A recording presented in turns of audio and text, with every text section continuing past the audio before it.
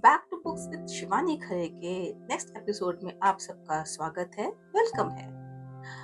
आज मैं आपसे एक बिल्कुल ही ताजा तरीन और अपने किस्म की अलग सी किताब के बारे में बात करने जा रही हूँ, जिसके हाल ही में हुए लोकार्पण में बुक लॉन्च में मुझे जाने का अवसर मिला और मैंने वहां पे झट से अपने पॉडकास्ट के लिसनर्स के लिए ऑथर से बातचीत भी कर ली। तो ये किताब है उफ मन्नू, अमिता ठाकुर की लिखी हुई और पेंगुइन स्वदेश से प्रकाशित उफ मन्नू। यह 190 पेज की कोई किताब है जिसका नाम है 199। ये एक अपने तरह की ऐसी किताब है कि ये नई हिंदी के साथ ही साथ ये नई सोच को भी आगे लाती हुई किताब है। नई सोच इसलिए कह रही हूँ क्योंकि जो हमारा एक सामाजिक दायरा है, जिस तरह के हम मान्यताओं के साथ जीते आ रहे हैं, ये उससे थोड़ी सी आगे निकलती हुई किताब है। आधी अधूरी ख्वाहिशों की दास्तान है जिंदगी, मुकम्मल जहान तो बस कहानियों में हासिल है। ऐसी ही एक अधूरी दास्तान बंद लबों में पिरोए फिरती है माहिरा और मनन की जिंदगी, जिसमें मोती हैं मोहब्बत के इजहार के, इकरार के, तकरार के। आखिर यह दास्तान आधी अधूरी क्यों रह गई? इसी का एक हिस्सा, मैं छोटा सा हिस्सा आपको पढ़ के सुना रही हूँ। सब अपनी अपनी यादों के मोती पिरोए बैठे थे, किसी की कोई तो किसी की कोई याद। मनन ने नजरें चुराते हुए माहिरा को देखा। वह अब भी अपने ही ख्यालों में गुम थी और मनन को आज भी वही माहिरा याद आ रही थी, बुखार में तपती और इश्क में सुलगती। पर क्या यह तपिश एक तरफा थी? जो उफान माहिरा के दिल में था, क्या वह मनन के दिल में नहीं था? मनन की चाहत क्या वक्ती जुनून थी या चाहत ना होकर सिर्फ सरसरी दीवानगी थी? हंसी मजाक करते करते कब आधी रात गुजर गई, किसी को इल्म ही ना हुआ। जब बॉनफायर के अंगारे बुझने लगे तो सर्द हवाओं के थपेड़ों ने एहसास दिलाया कि रात काफी बीत चुकी थी। सारा ने कहा, अब कल के लिए भी कुछ छोड़ दो या सब आज ही निपटाना है। आज हमारे लखनवी बाबू मनन साहब 22 साल बाद पधारे हैं, उनकी गजल सुने बिना हम नहीं सोएंगे, सैम ने लड़खड़ाते हुए कहा।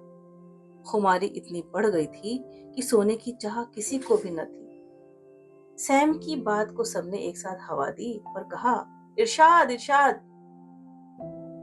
मनन थोड़ा हिचकिचाया, हाथ में पकड़े जाम का एक लंबा घूंट भरा और बोला, आवाज अब पहले जैसी साफ तो नहीं रही और ना ही अंदाज बाकी है, फिर भी आप सब कहते हैं तो। अपना गला साफ करते हुए उसने गाना शुरू किया।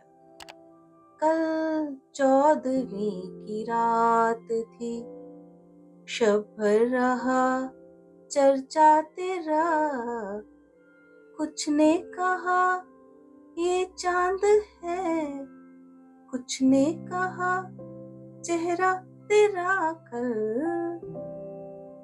हम भी वहीं मौजूद थे, हमसे भी सब पूछा किए, हम हंस दिए हम चुप रहे, मंजूर था पर्दा तेरा कर।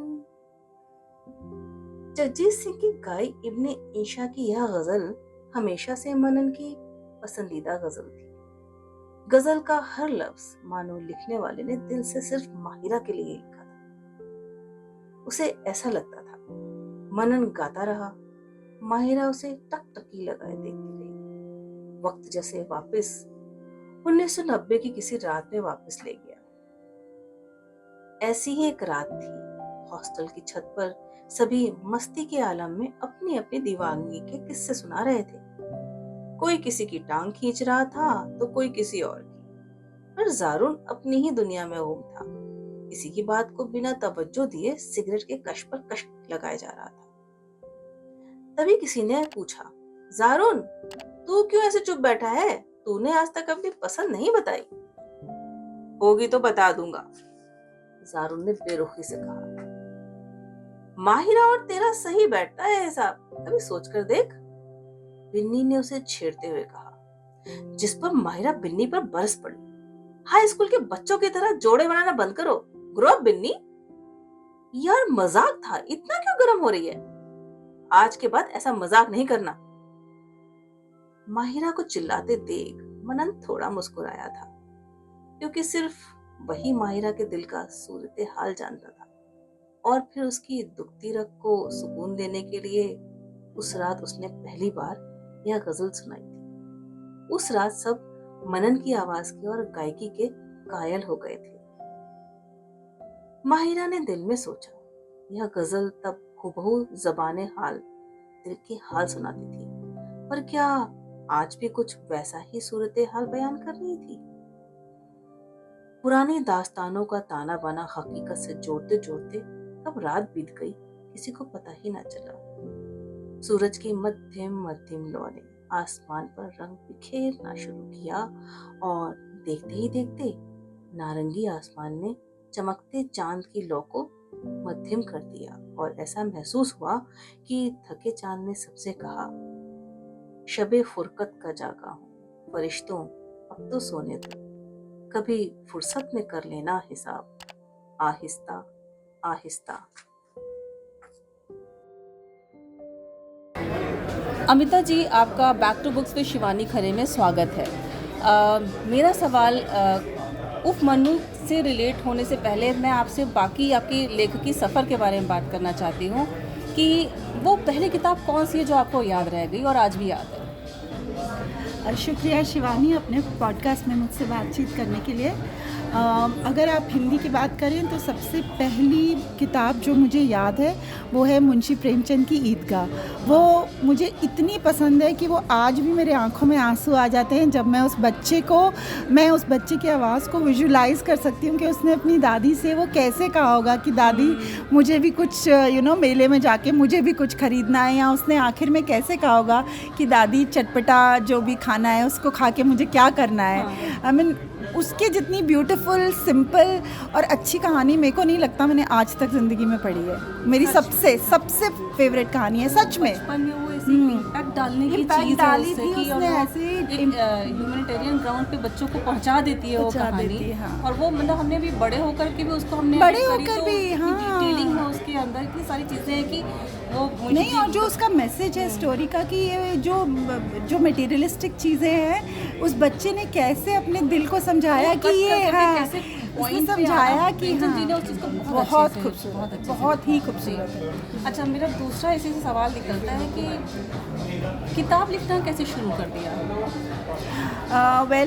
मैं एक साइंस ग्रेजुएट हूँ। मैंने कभी लिटरेचर बुक्स नहीं पढ़ी थी, मतलब जब तक मैं स्टूडेंट थी मैं साइंस की किताबों में खोई रही। बट जब मेरी शादी हो गई, फिर मेरी बच्ची हो गई बहुत कम उम्र में, तब मैं सिर्फ 25 साल की थी, और फिर मेरे पास जब वो थोड़ी बड़ी हुई तो बहुत सारा टाइम था। तो फिर मैंने सोचा कि मैं कैसे इस टाइम को यूज़ करूँ। तो मैंने सबसे पहले एक फ़िल्म स्क्रिप्ट लिखी थी। अच्छा। वो फिल्म स्क्रिप्ट राजश्री प्रोडक्शंस के द्वारा साइन भी की गई थी। उसमें मैंने क्या बोलते हैं, डायलॉग, स्क्रीन प्ले और द मेन सब्जेक्ट सब कुछ मैंने लिखा था। वो राजश्री प्रोडक्शंस के पास आज भी है उनकी लाइब्रेरी में, बट वो अनफॉर्चुनेटली वो स्क्रिप्ट कभी मूवी में नहीं बनी, क्योंकि उसके लिए मुझे बॉम्बे शिफ्ट होना पड़ता था। तो पर मेरे पास तब इतनी बैंडविड्थ नहीं थी, मेरा बच्चा छोटा था। सो फिर मुझे लगा कि अगर मैं ये नहीं कर सकती, बट उन्होंने मुझे बहुत रीअश्योर किया था। सूरज बरजातिया के फादर थे, उनका नाम है राज बरजातिया, अब वो नहीं है। तो उन्होंने मुझे बहुत रीअश्योर किया कि अमिता तुम एक बहुत बेहतरीन राइटर हो, तुम्हें एक गॉड गिफ्ट है। उससे पहले मुझे नहीं पता था कि मैं राइटर हूँ, मैंने तो ऐसे ही लिख दिया बस। उन्होंने बोला कि तुम लिख सकती हो, तुम और लिखो। तो उनको मैं अभी भी दिल में अपना गुरु मानती हूँ कि उन्होंने मुझे ये रीअश्योर किया कि तुम लिख सकती हो। तो फिर मैंने सबसे पहले फिर मैंने खैर थोड़ा टाइम बिज़नेस अपने हस्बैंड के साथ बिज़नेस में काम किया, वो भी मुझे पसंद नहीं आया अंदर से। फिर मेरी छोटी बेटी हो गई, फिर उसको थोड़े साल पाला, फिर जब वो भी बड़ी हो गई 2016 में फिर मुझे लगा कि अब मेरे पास फिर बहुत टाइम है। तो फिर मैंने एक पहली किताब लिखी Maya Radhya, which is a English novella है, आप कह लें, छोटी सी बुक है जो मैंने सिर्फ 16 दिन में लिखी थी। वो उसकी इंस्पिरेशन ये थी कि हम भी 4 बहनें हैं और दुनिया आते जाते सबको यही पूछती थी, अच्छा तुम्हारे पेरेंट्स को बेटा चाहिए था? अभी कि हमने अपने माँ बाप से बहुत बार पूछा, वो कहते नहीं हमने ऐसा कुछ नहीं है, बस हो गए बच्चे। तो वो एक तीर की तरह वो बात ना मुझे लगती रहती थी हमेशा कि क्यों हमें सब ऐसा पूछते हैं। और हमारे पेरेंट्स ने हमें कभी किसी चीज़ की कमी नहीं रखी, उनके पास जितने रिसोर्सेज थे उन्होंने अच्छे से अच्छा हमें पढ़ाया, खिलाया, घुमाया फिराया, हमें एक अच्छा इंसान बनाया। सो बट दुनिया जो थी वो बोलने से बाज नहीं आती थी। और फिर अपनी सोसाइटी में भी मैंने बहुत देखा, इधर उधर बहुत सारी मिसोजिनी है, बहुत सारा फीमेल फेटिसाइड है, बहुत सारा मेल चाइल्ड का अर्ज है। तो उन सब चीज़ों को बीट करने के लिए मैंने पहली किताब लिखी थी माया राध्या, जो मैंने सिर्फ 16 दिन में लिखी थी। And it's a beautiful read. मुझे आज भी सबसे प्यारी अपनी सब कहानियों में से वही सबसे अच्छी है, और अभी भी मैं जब उसका क्लोजर पढ़ती हूँ तो मुझे रोना आ जाता है। मतलब इट्स वेरी ब्यूटीफुल। सो उफ़ मन्नू तो बहुत मज़ेदार किताब है। मतलब उफ़ मन्ने में तो मैंने सारे मसाले यूज़ किए हैं, बट माया राध्या जब मैंने लिखी थी तो I was very very naive also, क्योंकि मुझे इतना। लेकिन उफ़ मन्नू के लिए लैंग्वेज कैसे चेंज कर ली? उफ़ मन्नू के लिए लैंग्वेज इसीलिए चेंज करी कि जो मैं इसमें रीजनल डायलेक्ट सारे डालना चाहती थी, जो इंग्लिश में तो नहीं डाल सकते थे। और जैसे इसका लैंग्वेज में बातचीत का फ़्लो है, the way friends speak. India में लोग जनरली, हमारे टाइम के जो 90s के बच्चे थे, they don't believe in speaking in English only. So हम लोग सब इंग्लिश में बात करते हैं, और हम सब मिक्स लैंग्वेजेस में भी बात करते हैं, गाली भी निकालते हैं, पंजाबी भी बोलते हैं, हिंदी भी बोलते हैं, मद्रासी, बंगाली सब बोलते हैं। अपनी अपनी जो नेटिव है वो कहीं ना कहीं हम सबकी लैंग्वेज में आती है। तो this was my main motive.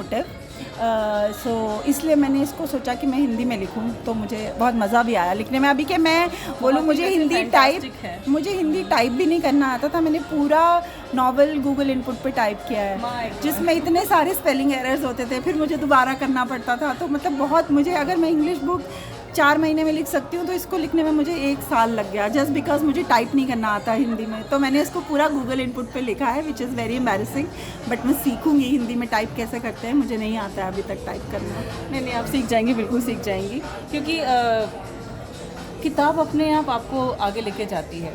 तो मैं यहाँ से पूछना चाहूँगी कि प्लॉट पहले आया था, स्टोरी कैसे बनी, या कैसे इसका ये डेवलप कैसे हुआ? आप उफ़ मन्नू की बात कर रहे हैं? बिल्कुल। हाँ, उफ़ मन्नू का प्लॉट ऐसे आया कि मनन और माहिरा का जो रोमांस है, जो उनकी स्टोरी है सेपरेशन की, and why they separated, it's not about Hindu Muslim, it is about man's priority, because he wanted a right time to get Mahira back into his life. So it's about that कि आदमी कितने mean है, या इंसान कितना mean हो जाता है अपनी ज़रूरतों को लेके। तो वो मेन प्रीमाइस था स्टोरी का। फिर मैंने स्टोरी की जब सेटिंग करी कि कैसे मिलेंगे 20 साल बाद, तो मुझे लगा कि आजकल रियूनियंस का बहुत फैशन है, तो ऑब्वियसली फिर रियूनियन होगा तो और भी बहुत सारे दोस्त होंगे, और भी बहुत सारे दोस्त होंगे तो और भी बहुत सारी कहानियाँ होंगी, सिर्फ एक इंसान की कहानी तो नहीं हो सकती। तो फिर धीरे धीरे मैंने सब प्लॉट्स के बारे में सोचा। फिर मैंने ट्रांसजेंडर और क्या बोलते हैं, होमोसेक्सुअलिटी का भी प्लॉट लाया, बिकॉज वो मैं बहुत एम्पैथाइज़ करती हूँ इस सोसाइटी के साथ। तो मुझे ऐसे लगा कि हमारे देश में एक डायलॉग ओपन करना इस बारे में बहुत ज़रूरी है, बिकॉज हम लोगों को सच में नहीं पता है, हम लोग बहुत इल इन्फॉर्म्ड है, इसीलिए शायद इतनी मिसट्रीटमेंट, इल ट्रीटमेंट इन लोगों के साथ होती है। सो वो मैंने ज़बरदस्ती खींचा इस स्टोरी में प्लॉट, बिकॉज मुझे कहीं ना कहीं लगता है कि हम हर किसी को अपने अपने लेवल पे इस बारे में ओपन होना चाहिए, and they need acceptance, because that is what they are, that's not their choice. So वो बस एक था जो मैंने कहानी में ज़बरदस्ती खींचा। बाकी सब मेरे को जैसे लगता है कि इतना नेचुरल आया है, नेचुरल आया है, पता नहीं हाँ कि क्योंकि 10 लोग होंगे तो 10 की अलग कहानी तो होगी ना। तो वो भी एक कहानी थी में, स्टोरी की वीविंग में वो गांठें दिखी नहीं है। हाँ, नहीं दिखी है वो, क्योंकि वो ऐसे, क्योंकि आजकल हम तो क्या धर्म भी ऐसे ही आया है कि लाया गया था? धर्म क्योंकि इतना आजकल ये हम लोग लव जिहाद एंड ऑल दैट स्टफ, ये हमारे दिमाग में इतना ज़्यादा फेंका जाता है न्यूज़ के थ्रू कि सबकॉन्शियस में हमें कहीं ना कहीं हमेशा ये लगता है। और आज भी आई थिंक, अगर मैं आपको एक बहुत नॉर्मल सिनेरियो भी कहूँगा, मेरी बेटी भी आके कल को बोलेगी कि मम्मा I love a Muslim boy, I am very open minded but still I will be taken aback for a minute, maybe I will not kind of revolt और समथिंग, बट वो अभी भी हमारे में वो जो कल्चरल और religious differences हैं वो हैं, क्योंकि हमको लगता है कि we are too differently religiously and culturally we are different. Otherwise इंसान तो सब सेम है, क्या हिंदू है क्या मुसलमान है, but yes the religion and cultures teachers different practices, teachers different values, so that is Y may be शायद कहीं ना कहीं वो इनहिबिशन है। बट मैंने आपको जैसे पहले भी बोला कि इन दोनों कैरेक्टर्स में रिलीजियस डिफरेंसेस की वजह से सेपरेशन नहीं था। सेपरेशन का reason was the priority of that man who was very mean to that woman at that point of time, though he loved her equally, but the way he dished her was my main premise. आपने इसमें बहुत छोटी छोटी सी बड़ी ही नाजुक चीज़ें, delicate चीज़ें उठाई हैं, जैसे मेल वर्जिनिटी, वो आया है कि लाया गया है वो भी? वो आया है कैरेक्टर की पर्सनालिटी से, because the character was very timid. आपने अगर देखा, वो एक डरपोक इंसान है, ठीक है। जब डरपोक इंसान का क्या होता है कि वो साइकोलॉजिकली कहीं ना कहीं बहुत वीक होता है, तभी वो डरपोक होता है, राइट। सो जो साइकोलॉजिकली वीक होता है उसमें कहीं ना कहीं सेक्शुअली भी थोड़ा सा ठहराव नहीं होता है, वो थोड़ा पीछे रहता है, वो बहुत ओपन नहीं हो पाता। जो भी सेक्सुअली थोड़ा सा डिफेंसिव रहता है, बड़ा जजमेंटल होता है अपने लिए, बिकॉज इज़ वेरी टिमिड, तो आई थिंक वो भी लाया नहीं गया वो, क्योंकि उसकी मैंने पूरी कैरेक्टराइजेशन ऐसे प्रिसीव की थी कि वो बस आया कि हाँ, वो मैंने सोचा नहीं था स्टोरी के शुरू में कि I will show him as a virgin man, but he was, because he was a timid, he was a psychologically very weak person. So that is why I think वो सेपरेशन उसके दिमाग पे इतनी हावी हो गई, क्योंकि उसको अंदर से ये पता था कि मैंने गलत किया है, तो वो साइकोलॉजिकली उसको डेंट करती रही बात पूरी ज़िंदगी। And that is why I have so beautifully shown कि जब उसको वो लड़की मिली और उसको लगा कि हाँ, I owe this to her, so he was perfectly okay that time and he was so open. वो जो टाइटल है, वो टाइटल किसी खास मोमेंट को बताता है, वो मोमेंट क्या है? विच टाइटल? उफ मन्नू। उफ मन्नू, अच्छा हाँ, उफ मन्नू मतलब उफ, वो ये कहती है कि oh my god, you were virgin for me, I mean so there that उफ कम्स फ्रॉम देयर। तो इसके बाद क्या? इसके बाद like after this book, yes, well, I'm planning my next book. My next book is ready. It's in English. वो बिल्कुल ready है, बस उसको मुझे लास्ट ड्राफ्ट एक पॉलिश करना है, दैट्स इट। Okay, Yeah. ठीक है, मैं इसी पे बात ख़त्म करती हूँ, क्योंकि भविष्य में बहुत सारी चीज़ें और होनी हैं।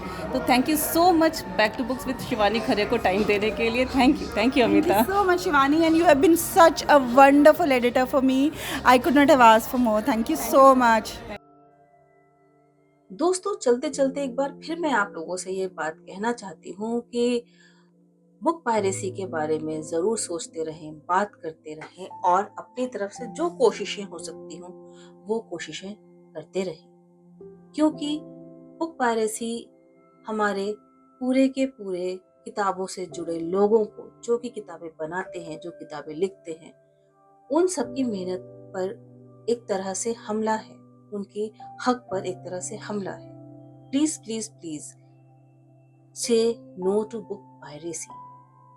इसी संदेश के साथ मैं आज का ये एपिसोड यहीं समाप्त करती हूँ। Back to books with Shivani Khare से आज आप सबसे इतना ही बात करना चाहती थी। धन्यवाद। जय हिंद।